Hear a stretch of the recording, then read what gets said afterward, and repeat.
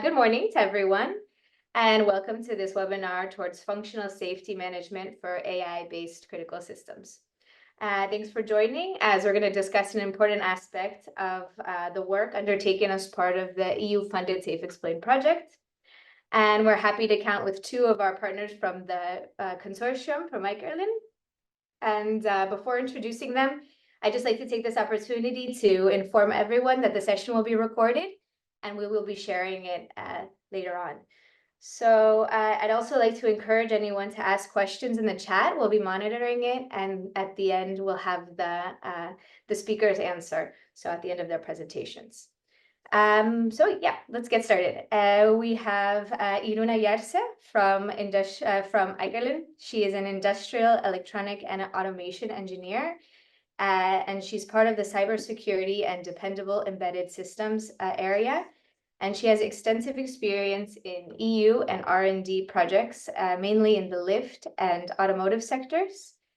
And we also have Javier Fernández, who's today's featured speaker, who has his doctorate in computer architecture, and he's part of the IKERLAN cybersecurity and dependability team.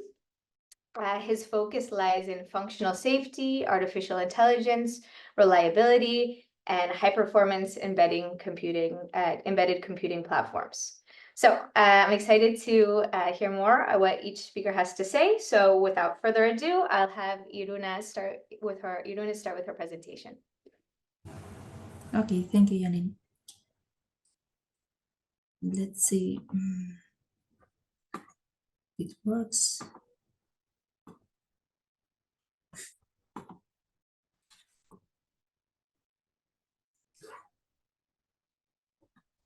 Can you see my slides? Yes. Okay, perfect. So thank you, Janine, for the introduction, and thank you all for joining us today into this AI-FSM webinar. As Janine just said, I will present to you or maybe she didn't say it, I'm not sure. I will present to you the SAFEXPLAIN project, which consists on developing safe and explainable critical embedded systems based on AI. So the increasing level of autonomy in safety critical systems implies higher levels of complexity. And in order to cope with these higher levels of complexity, we need exhaustive development processes, as well as safety architecture and safety measures. And in order to increase the autonomy of critical embedded systems, the systems are increasingly relying on artificial intelligence. And we can see clear examples of so in the automotive, space, railway domains, as well as in other domains. However, the problem is that these rapidly growing research fields are usually not well aligned with functional safety practices and standards. And we see there are several challenges that we need to cope with in order to bring the gap between functional safety and artificial intelligence. And we see that explainability is an essential property in order to achieve so. So within SAFEXPLAIN project, we aim to enable the certification of or qualification of DL solutions by making them adhere to the safety culture, preserving the high performance that these AI-based systems require, and tailoring the solutions that we will develop within the project into different criticality levels, let's say, so to systems which have varying safety requirements. To do so, we have defined 4 main objectives. The first one, and the objective in which we will focus today's presentation, consists on rethinking the safety life cycle by keeping the main principles, but with AI implementation in mind. So we will enable the use of AI models since the beginning and generate requirements, goals, unit testing from them, and define a bottom-up approach instead of a top-down approach. We will also define specific steps in order to cope with data learning as well as inference management. The next objective consists on rethinking the AI software. So moving from this black box nature that we usually have in AI-based systems into a gray box approach. So we want to realize AI solutions by following traditional safety principles, so applying mechanisms such as diverse redundancy, diagnostic and monitoring mechanisms, as well as supervision functions in order to make these AI decisions explainable and being able to understand why our system has taken a particular decision. The next objective consists on preserving the performance and the accuracy of our system. We need to keep these both high, because if we have a safe AI solution that takes too long or with little accuracy, it's not useful. So it's a key aspect to keep accuracy and performance high. And the last objective is assessing our solutions or our findings in 3 different key domains. First, in the railway domain, where we have a relatively controlled scenario with limited driving options. So this is the simplest scenario. Then we will move to the automotive domain, where we have a more complex scenario where the systems are able to change lines or move freely, let's say. And the last and the hardest scenario is the space domain, where we have a more complex scenario involving 3D navigation as well as extreme lighting conditions. So if we wrap up, as I said at the beginning, the main objective of SAFEXPLAIN is enabling the certification or qualification of DL solutions according to functional safety standards. And to do so, we will make them explainable and traceable. We will preserve the high and predictable performance that these AI systems require, and we will tailor our solutions to different safety criticality levels by providing different safety patterns that can be adapted to each scenario. And our solutions will then be evaluated in 3 industrial use cases, as I said before, the automotive, space, and railway use cases. And here you can see the project consortium. The project is led by Barcelona Supercomputing Centre, and we have 5 more partners: IKERLAN, ICO, RIS, Navinfo, and Exidam. And that was all from my side. Thank you for listening, and if you have any questions regarding the project, I will be pleased to answer. Thank you so much, Irune. That was a great overview of exactly what we're doing in the SAFEXPLAIN project. Sorry, I see your squirrel screensaver again. Yeah, I will stop sharing now. So now, thank you for that. And now with that overview, I think we can get to the more in-depth look into the presentation of today, which is Javier Fernández. So please go ahead.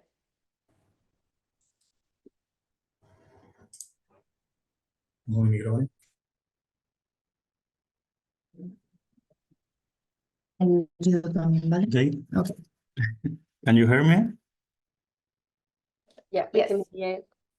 Perfect. Can you see my screen? No, not yet. Yeah. No? Yes. Okay. I will try to explain the AI-FSM. Thank you very much, Janine and Irune, for the introduction. While the title of the webinar is Safe and Explainable Critical Embedded System based on artificial intelligence. Sorry. Still saying Yes. my... Maybe. I'm sorry. No, you are saying my slides. Okay. Okay. Well, perfect. I will begin by providing a context. Let me check this part. Okay. No. Well, as I was saying, I will begin by providing context for the challenges that we are addressing by introducing some fundamental concepts to facilitate the understanding. Next, I will outline our proposed life cycle for integrating artificial intelligence into safety-related systems. And I will explain the definition, scope, the type of documents provided by the AI-FSM. Finally, we will delve into the AI-FSM documents for each phase of the life cycle, and I will present the safety assessment conducted by the TÜV Rheinland and also conducted by RISE, our partner, Irune just said. let's proceed with the contextualization. Exit, sorry, I stayed right. Well, this is the contextualization. For most of you, the functional safety management might be a very familiar concept. However, to clarify, functional safety management encompasses all essential activities throughout the functional safety lifecycle phases, as it is mandated by the AEC 61508 Part 1. It is designed to prevent systematic errors during the specification, design, development, manufacturing, and commissioning. And well, here I would like to emphasize that in this context, IKERLAN has its own functional safety management for safety system up to safety integrity level 3. The design of this FSM was based on the overall safety life cycle that is outlined in the EAC 61508 Part 1, as it can be seen in the image on the left. Additionally, for the realization phase, it follows a development life cycle based on the widely used B model, as it can be seen on the image on the right, and where we focus on the development process. In this slide, we can see that there are 8 phases at the system level. It is worth mentioning that from phase 2, that is the system architecture specification, to the phase 6, the integration testing, the B model at the system level can be further decomposed into 2 additional B models, one for the software, another one for the hardware. So far, we have reviewed the traditional safety life cycle. Spoiler, it does not anticipate the inclusion of artificial intelligence. The next step is to understand the fundamentals of artificial intelligence life cycle. This life cycle can be decomposed into 5 main stages.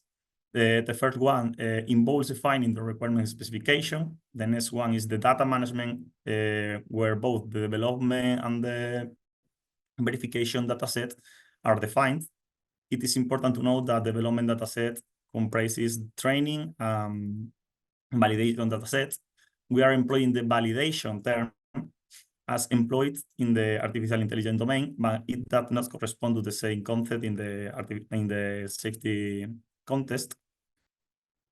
Then in the model training, the model is trained, and after that is validated with the validation dataset. Once we have this trained model, in the model verification step is verified according to the verification dataset. And after that, this verified model is deployed in the final inference platform. Well, now we have an overview of both artificial intelligence and functional safety life cycles. The next slide will focus on explaining main phases of the traditional safety life cycle that are affected by the inclusion of this artificial intelligence. Okay. Here we can see the overall life cycle proposed by the standards AEC 6108. Here we observe that the phase 2 is affected by the including the deep learning, and it requires an extra engineering effort to define the operational scene domain and the operational scenarios in which the artificial intelligence is going to be deployed. Then the phase 3, it will require identifies hazards in a different way, and for that it will require us input the operational scene domain and the operational scenarios. Regarding to the phase 10 realization phase, the traditional life cycle does not contemplate the use of these 3 new phases: data management, learning management, and inference management. And then the phases 14 and 15, well, in traditional software development, updating a product after its release typically involves a lengthy reassessment process. This can be particularly challenging for deep learning models, as the product life cycle often require more frequent updates. Well, these are the phases affected by including deep learning. Now I'm going to show you the current state of the artificial intelligence functional safety management. We have addressed the phase 2, but the phase 3 has not still covered. in the following version will consider recommendation for standards such as SOTIF. Regarding the phase 10, we have generated a new life cycle mapping with the previous life cycle, with the traditional life cycle. According to the phases 14 and 15, well, the current version does not address this challenge. Well, now that we have outlined the main challenges impacting the development process of the safety life cycle while including artificial intelligence, let's proceed with discussing the key challenges currently addressed by this. Okay, proposed life cycle. Here it is the traditional life cycle, including the life cycle of artificial intelligence. We can wait, sorry. Only to say that in the top of the image we can see. Can you see my cursor, my mouse? Yes. Okay, perfect. In the top of the image, we can see that this is the system level. And here we observe that there is a new phase, that is the deep learning related concept specification, that is related to the phase 1 of the traditional safety life cycle. Additionally, well, I have to outline that the boxes in color relate to artificial intelligence, and those in black relates to the traditional safety life cycle. Okay, I think that it is better go into the details in the next slides. Here I will explain each of the phases objectives one by one. Only to mention that on the top right of the image, we can see in which the phase that I am going to explain. Okay, now for example, I'm going to explain the overall life cycle, and there is a blue box indicating that. Well, this phase, the overall life cycle, is a transversal phase that collects all the generic project information. For example, all the documents that has been generated, or the organizational chart of the company, or the tool selection. Then, in the first phase, the deep learning related concept specification, this phase encompasses the definition of the deep learning operation and design domain, and the operational scenarios in which the deep learning will operate. In the case the safety related system entail the use of deep learning, this definition are required in addition to the traditional use case description, and in addition to the operation definition that is outlined in the requirements. Additionally, there is a box that is the deep learning model interfaces. This box highlights that phase 2.2 shall define all the interfaces of the deep learning model with the rest of the modules. Regarding the phase 2 is the deep learning requirement specification. There are requirements from the software safety requirement specification that will be allocated in the deep learning component or the deep learning constituent, and this requirements shall be refined in this phase. For example, among them, safety, operation, functional, and non-functional requirement specification. Here, okay, is the data management is responsible for collecting and preparing the data sets. There are 4 steps. The data requirement specification. Here you have to specify the requirement associated with the data and the data set. I will not enter in details in this part, and will explain more in depth in the next slide. Okay. After defining data requirement specification, in the data collection, all the data is collected to generate each of the previous defined data set. Then this data from the collection is prepared or adequated, and finally is verified that the data requirement specification are met by implementing a set of tests and so on. Okay, the next phase is the learning management. It is responsible for generating a deep learning model that meets the deep learning requirement specification. It has 5 steps. The first one is the learning requirement specifications. It allocates the deep learning requirement specification to the learning requirement specification and refine them. Then in the model design, it this step focuses on the specification of the set of deep learning model that best suits the application. In the model training, the model is trained, and then in the model evaluation, once the model, or imagine that there are more than one model, are trained, they are evaluated including the validation data set. This evaluated model is entered as input in the model verification. This phase not only evaluates the generalization capabilities and identifies potential issues using the verification dataset, but also check if the requirement specification, the learning requirement specification are met. Well, it's worth to mention that all action and decision taken shall be documented of this model design, model training, model evaluation, model verification.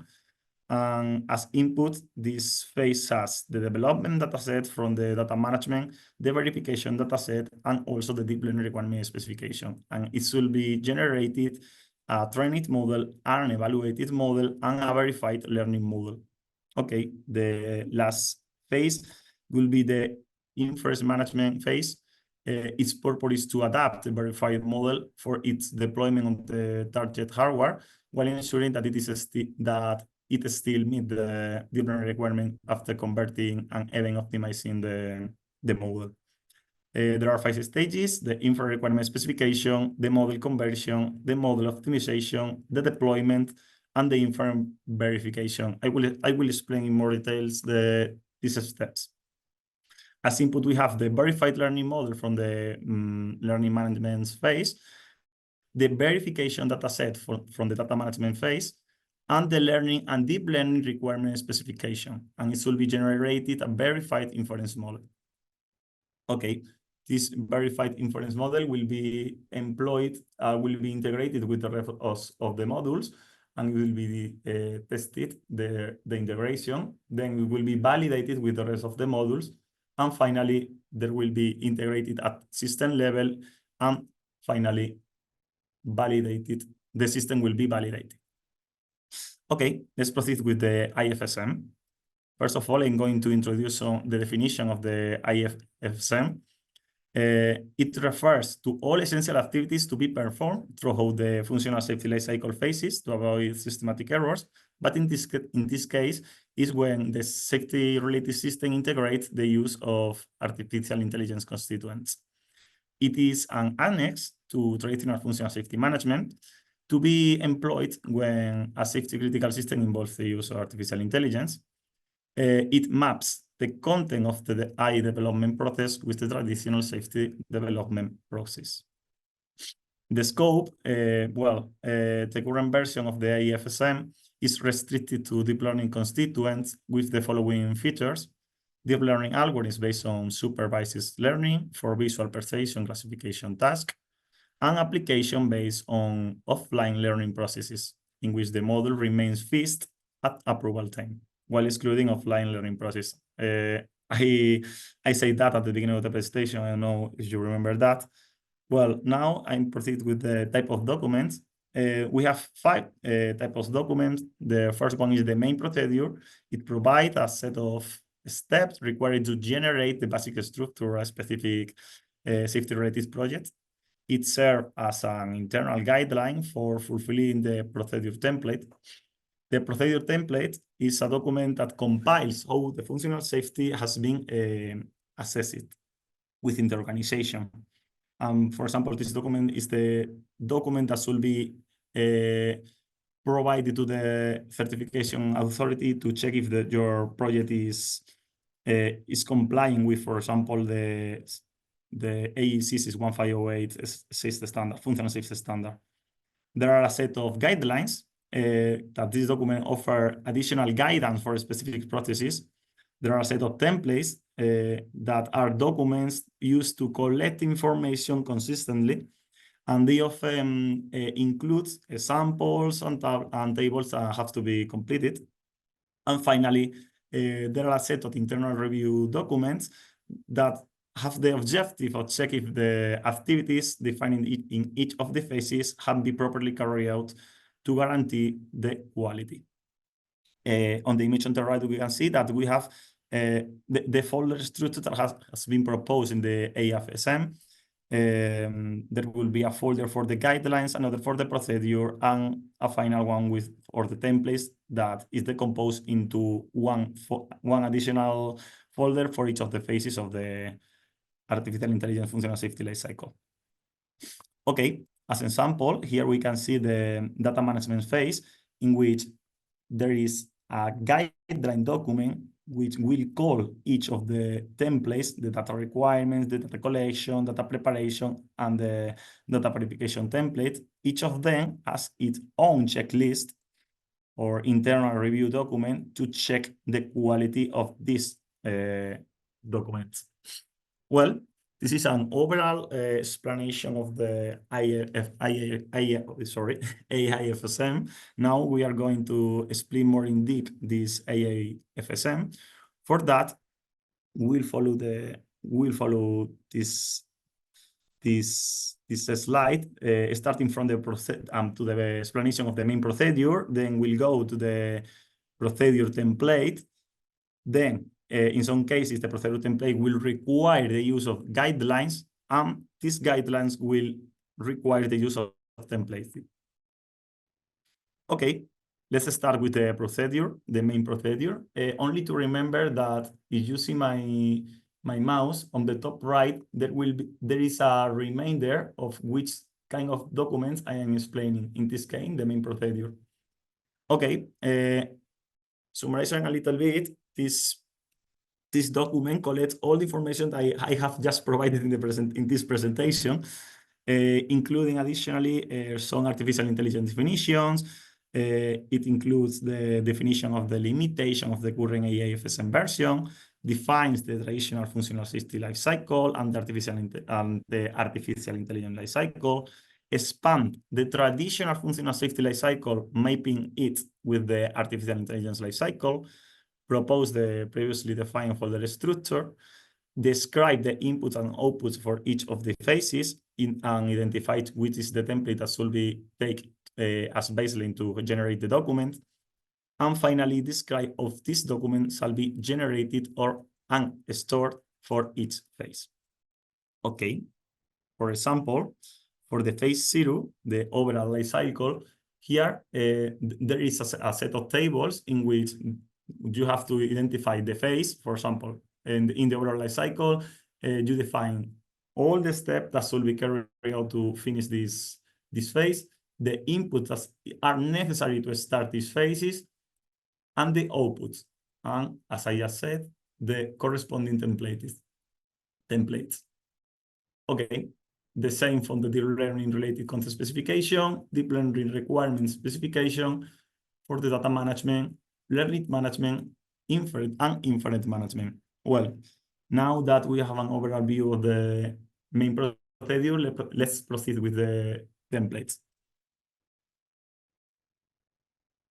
Okay, perfect. Here, this template collects all the information about what should be defined and what activities shall be carried out regarding to the verification and validation. For example, in the case of the overall life cycle, it should be updated the AI document list in which are collected all the documents that are generated in the AI life cycle. Additionally, it should be completed the AI version tracking documents. It should be fulfill the AI organization chart, fulfill the AI tool selection, and complete the AI traceability matrix. Only as a reminder, in the procedure template, you have to complete the documents, and in the procedure, in the main procedure, it guides how these documents will be generated but not completed. Okay. Now I'm going. Let's proceed. Only to say that for example, in the AI log of tests, you have to collect of the tests that are going to be performed during the AI life cycle. In the tool selection, those tools and compiling and all the frameworks that are employing the AI functional safety life cycle. And in the traceability matrix, it will be mapped, for example, which tests are necessary to check if the requirements are met. Okay. The same with the deep learning content specification, the deep learning requirement specification, the data management, the learning management, and the inference management. I'm not going to enter in details in this slide because I think that it's more important to wait to the final guideline and templates in which are more specifically defined. Well, only to mention about this table that it is necessary to define who is the responsible or which the team of that is responsible of performing the generation of the document, and who is going to perform the assessment of each of the documents. Okay.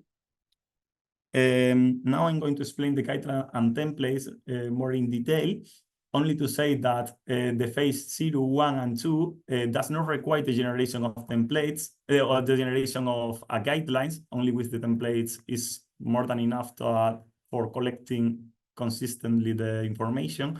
But in the case of data management, learning management, and inference management, we have generated guidelines to guide the user in some situation in which they have to make decision. Okay, let's proceed with the first one. This is the phase 0 overall life cycle. I'm not going to explain each of the documents in detail, only I provide as an example the AI document list. Here are list all the documents that shall be generated for the AI life cycle. You have to specify the version of each of these documents, additional the status of them. At the beginning of the project, all this status shall be known, and it can change to process or done once the documents are finished. The second phase is the phase, well, is the phase 1, the deep learning related concept specification. Here, the purpose of here it should be defined the operational design domain and the operational scenarios. The first one is the operational design domain. The purpose is to operate or to define the operation condition under which a given overall system or feature is specifically defined or designed to function. And here we provide a categorization of the operational design domain in 3 different parts: the scenario, environmental condition, and dynamic elements, although the user can employ a different one. As a sample, in the railway application domain, I have provided here an example in which you define for the scenario speed limits, define additionally the distance threshold limits, zones in which the railway or in which the train is going to operate, and the type of tracks in which it's going to operate. For example, it's going to operate in single and multiple tracks. According to environmental condition, it specifies the weather and illumination, and according to dynamic elements, the object in contact with the surrounding of the railway. For example, animals, person, vehicles, and other type of objects. The second one will be the deep learning operational scenarios. The objective is to specify the operation, scenarios, and environments condition for the system in which it has to function according to the specification within the operational design domain. It might include a standard situation, but also challenges environment or cornerstone situations. Here we can see the table that the template provides, in which the user shall collect all the information of the specific scenario condition. Then this slide provides the same example in the railway application domain. Here on the left side, we can see the operational design domain, and here specific operational scenarios in which a car is parked near to the tracks. You have to check that the scenario conditions are previously defined in the operational design domain. For example, here we can check that the maximum speed limit is the same, or the countryside road is the same, that the scenario condition according to the scenario for the tracks are the multiple ones, and the same for the distance threshold limits. Okay, with that, we have finished the phase 1. Let's proceed with the phase 2. That is the deep learning requirement specification. Here, the objective is to allocate the software requirement specification into the deep learning constituent and refine these requirements. The requirements shall be unambiguous, clear, concise, verifiable, traceable, complete, and feasible. Here we have listed some of the requirements that shall be defined during this step. For example, shall be defined functional and non-functional requirements, software systematic capabilities, operational modes, the interfaces, and the diagnostics. Okay, the following one, we are going to explain now the data management phase. The objective of this phase is the generation of the development data set that can be decomposed into training and validation, as we previously explained, and the verification data set. Okay, the structure of the data management, learning management, and inference management guideline are the same. First, there is a part in which is defined the objective, then are defined which documents will be generated, and finally, where these documents should be stored. For example, in the case of data management, the objective is the generation of this data set, and the document that should be generated are the data requirement specification, the data collection log, the data preparation log, and the data requirement verification. Additionally, it should be generated the internal review associated with these templates. Finally, according to the data management, it should be stored in the PSDM data management folder. In the next guidelines, I will not explain in more detail this because it's the same for all of them. Okay, in the data management guideline, according to the first step, that is the data requirement specification step, if you can see my cursor, here you can see that we are explaining the guideline. Well, the objective is to define the data requirements. For that, it will be allocated the deep learning requirement specification associated with data management specification. It shall be refined those requirements, and also it will be defining additional ones. In this step, it will be defining the data annotation policy, and additionally, this guideline proposed to decompose the requirements into 2 additional categories: the data set requirement specification and the data requirement specification. Additionally, it should be defined the mechanism or test that must be carried out to check that the data meets the associated data requirement specification. And finally, it should be conducted the internal review of the data requirement specification. Here, now we are in the template, whose name is PSDM deliverable 0001 data requirement specification. It proposed the same to decompose the requirements to 2 additional categories: the data and the data set requirements. According to data set requirements, well, according to data requirements, for example, we can list the format of the data characteristics. And regarding data set, we can list completeness, representativeness, volume, and so on. Okay. With that, we have finished the step 1, that is data requirement specification. The next one will be the data collection step. That is the, the data collection step. Now we have come back to the guideline. Here, it proposes to decompose in data gathering and data generation. Data gathering refers to data that is directly obtained from the sensor or from publicly available data sets. And the data generation refers to new data that is synthetically generated, for example, employing data augmentation techniques. Here explain where should be collected this data, in this case in the collected data folder inside or within the data management folder. And after finishing this step, should be conducted the internal review of this document. If we go to the template, it includes 2 different tables, one for the data gathering and an additional one for the data generation, including some of the aspects that should be defined for these 2 processes. Coming back to the guideline, the next step is the data preparation. According to the guideline, in this step, it should be summarizes the objective and the cases in which this step is necessary for image specifics. It should be defined when the data shall be cleaned, processed, or annotated. All the documents regarding to the or related to data preparation shall be stored in the preparation folder inside the data management. After finishing again, it should be conducted internal review the internal review of this document. Going to the template, here we can see that there is an additional template that should be generated for data preparation. Good. And well, with that, we have finished the data management, and now I'm going to explain the learning management phase.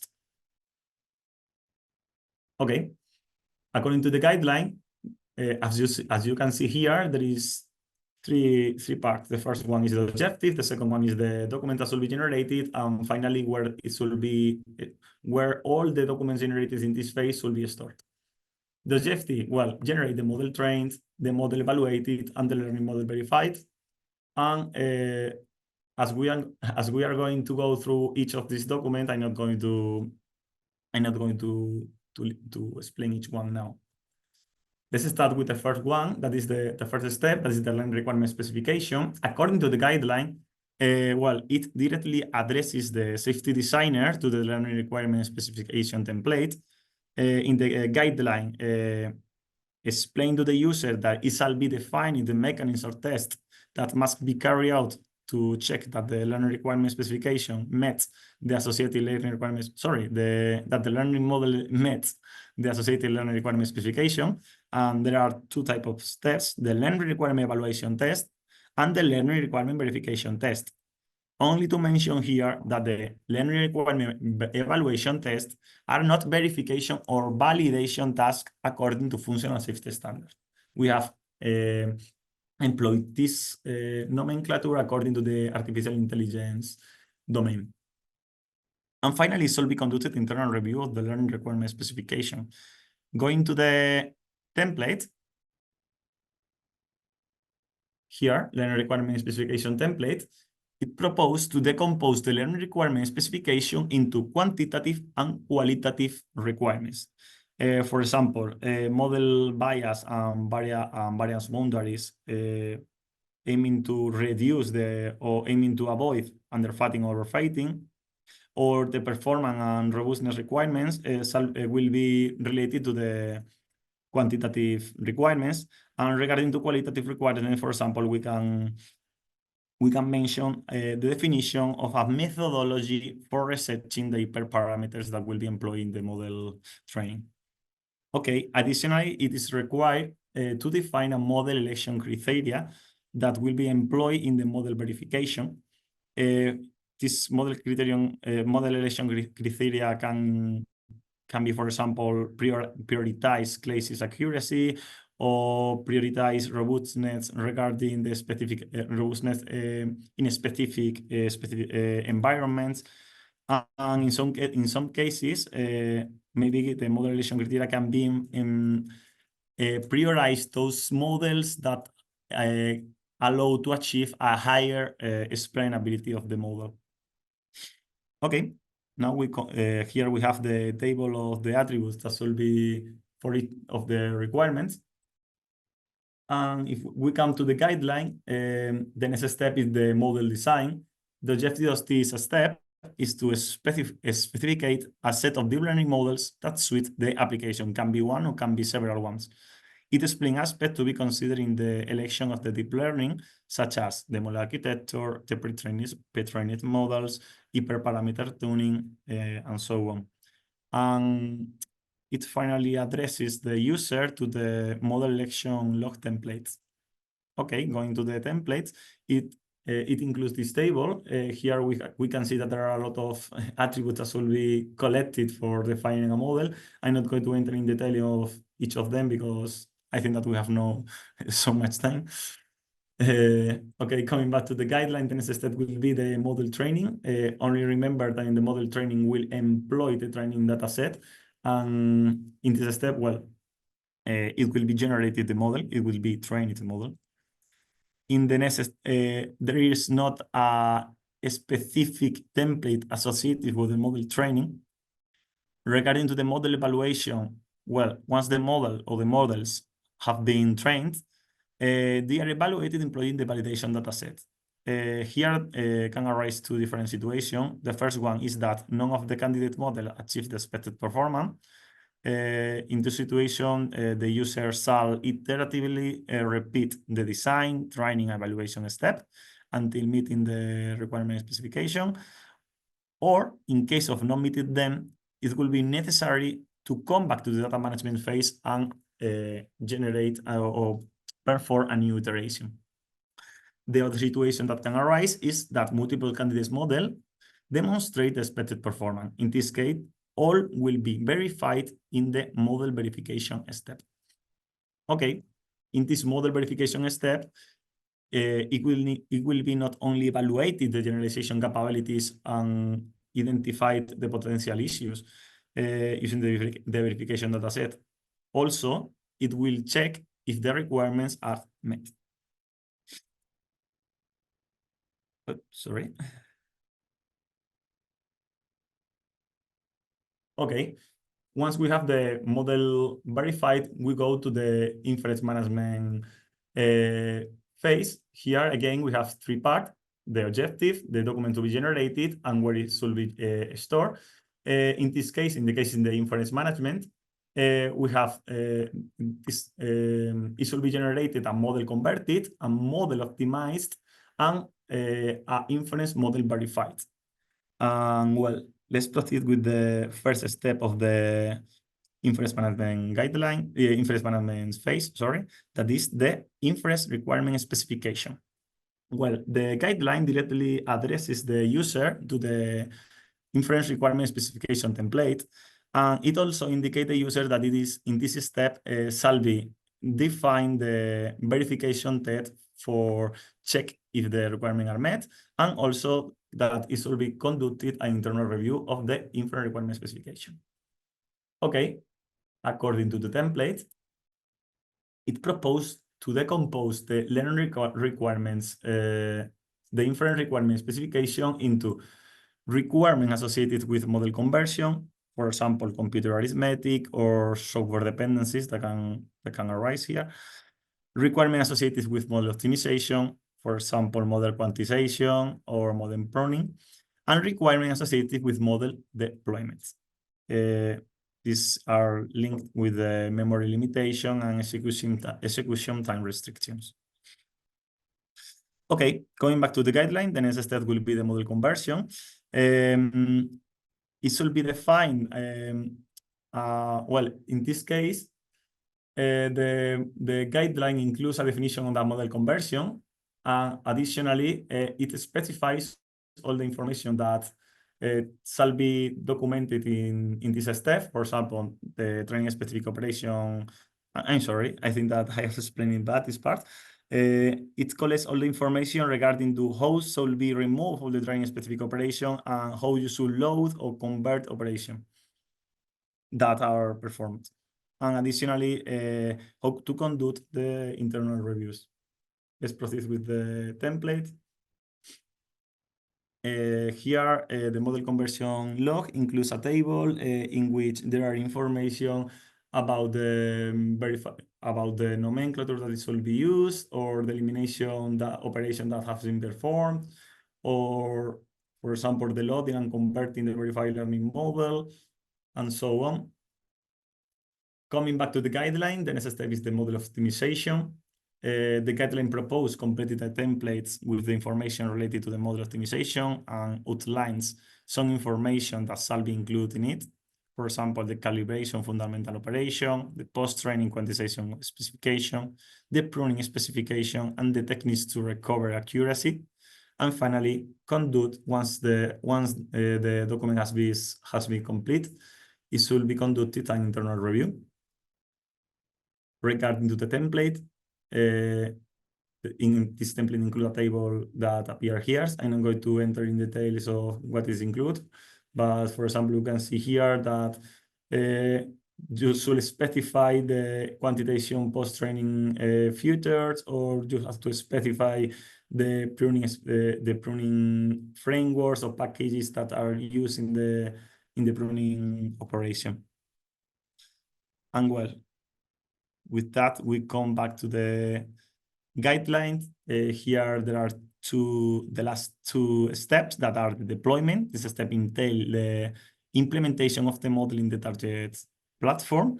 And finally, the inference verification. This step not only evaluates the generalization capabilities and identify potential issues using the verification dataset, but also check if the inference requirement specification are met. In case of this requirement specification are not met, the inference model process shall be reiterated. And if the inference model still does not met the inference requirement specification, further corrective actions or adjustment in the data management and the learning management shall be carried out. And well, finally, it shall be conducted an internal review and nothing more. The last stage will be the good. And with that, we will come back to the normal safety life cycle. And well, up to here, finish the explanation of the AI-FSM. Now, I would like to explain that in the last stage of this project, we have performed a safety technical. We have the AI-FSM as software as safety technical assessment. One regarding to the project, one internally that has been performed by Exida partner. To be more concrete, that has been performed by Carlo Doncella. And the other one has been performed by an external certification authority, in this case, the TÜV Rheinland entity. Here I explain how the collaboration has been performed, starting with a kickoff meeting, sending the information to the TÜV entity, and finally we have a positive assessment for TÜV. Here, for example, as conclusion of the positive assessment, we can read here that after having reviewed the updated version 2.0 of the item under review as presented in chapter 3.2, no remaining deficiencies have been revealed. The items under review, according to chapter 3.2, are considered as suitable for the intended purpose, incorporating artificial intelligence into IKERLAN safety management systems. Well, up to here my presentation. If there are any questions, I will be glad to answer them. Thank you very much for the attention.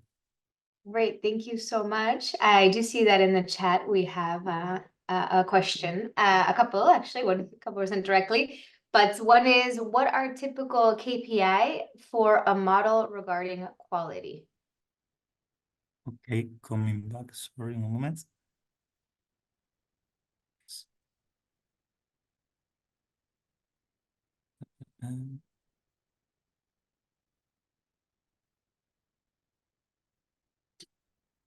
Yeah.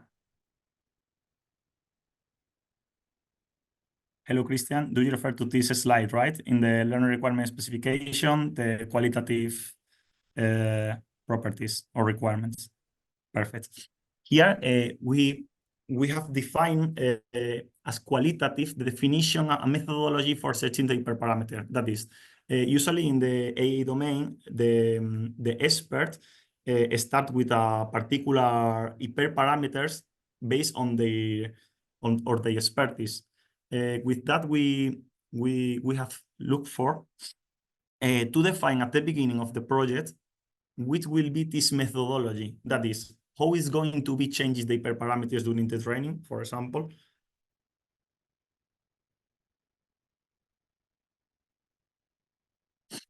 I'm sorry, I was reading the chat. I thought that Christian was speaking.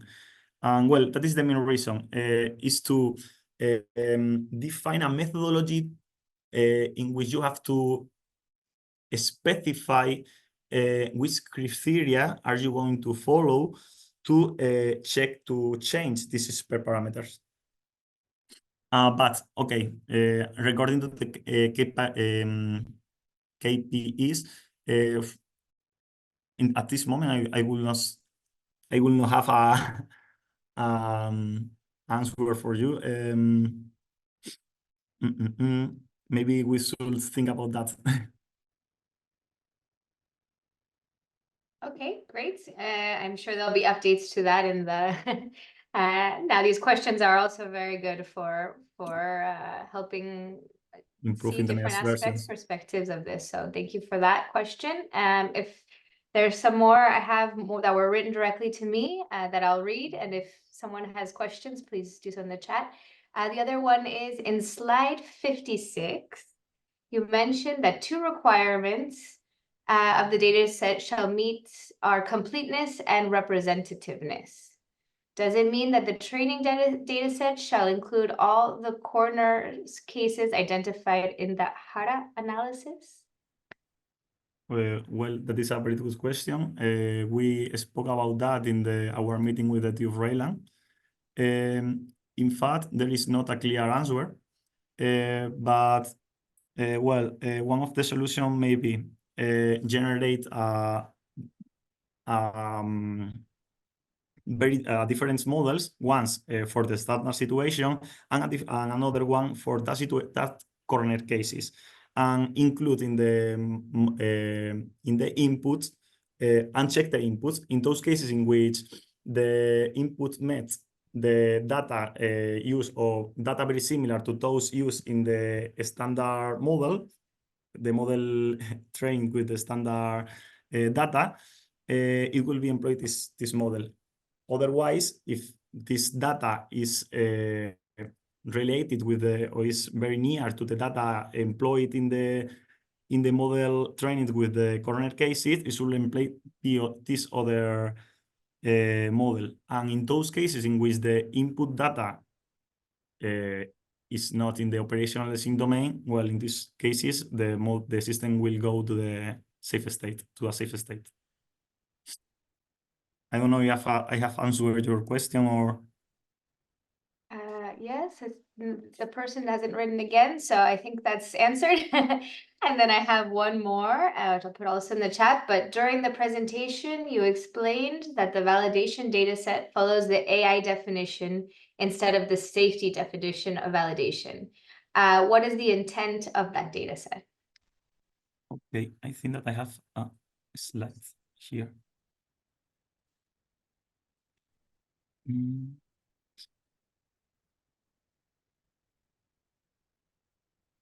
Okay. Oh.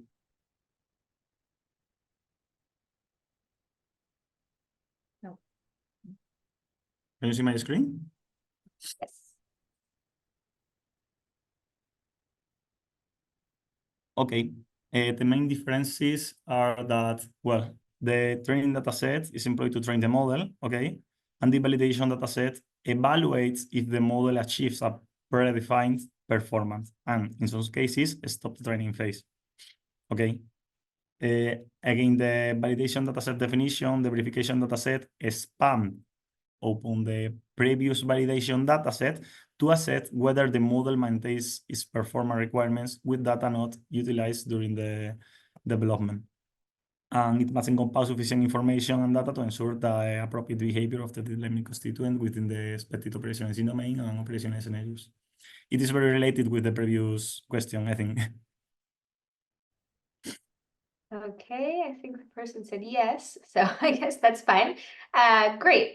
Does anybody else from the chat have any more questions? Otherwise, please feel free. I mean, you've seen in the chat, we've had our SAFEXPLAIN website, which is on there as well. There's the contact information. You can also engage with us through social media. If you have specific questions for the speakers, it can also go through us, and we'll make sure it gets to the right person. Much of this material, oops, I think I see somebody who wants to say something. Carlo, I don't know, is there a way you can speak? I think there may be. You're muted though. Can you hear me now? Yes. Yes. Okay. So mine is not a question, of course, but as I was also personally mentioned before, I feel I can make an observation that might be useful also for better understanding some of the very precise answers from Javier. I mean, I think it's important because you know that this work has extended, say, the model of 61508 in order to cover AI, but with a very clear and explicit constraints. So this is extending the life cycle. So basically, it's extending the processes. So it is something for which we have at the moment, for instance, a collaboration undergoing with another major model in this area, that is the machine learning engineering that has been defined for SPICE, and in particular A-SPICE. And we know that that one in SPICE is actually covering only the quality aspects. Of course, having a look also at the safety, but say the focus is on the quality of the processes involved in machine learning engineering. So this model presented today is already an important extension to cover functional safety aspects. But we should not make the error of considering this an extension also of all the techniques and the specific methods for having the answer to the technical issues. So what is extended here, and it is very well extended in the sense that you have the full set of documentation for this, including the guidelines, the templates. So it is not just an assessment model. There is much more, but still it is short of having all the aspects that you find, for instance, in the fully fledged functional safety standards. So you do not have the list of the how to in order to be able to answer all the aspects in terms of technical merits.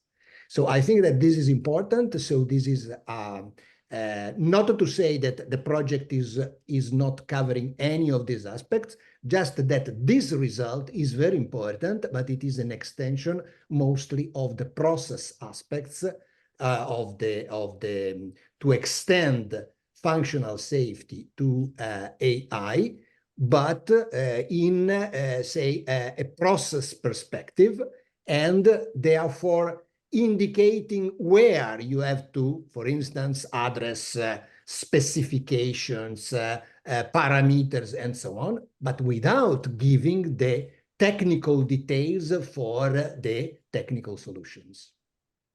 That's my point. I hope that Javi is fully aligned with this interpretation, but I think that this is an important point.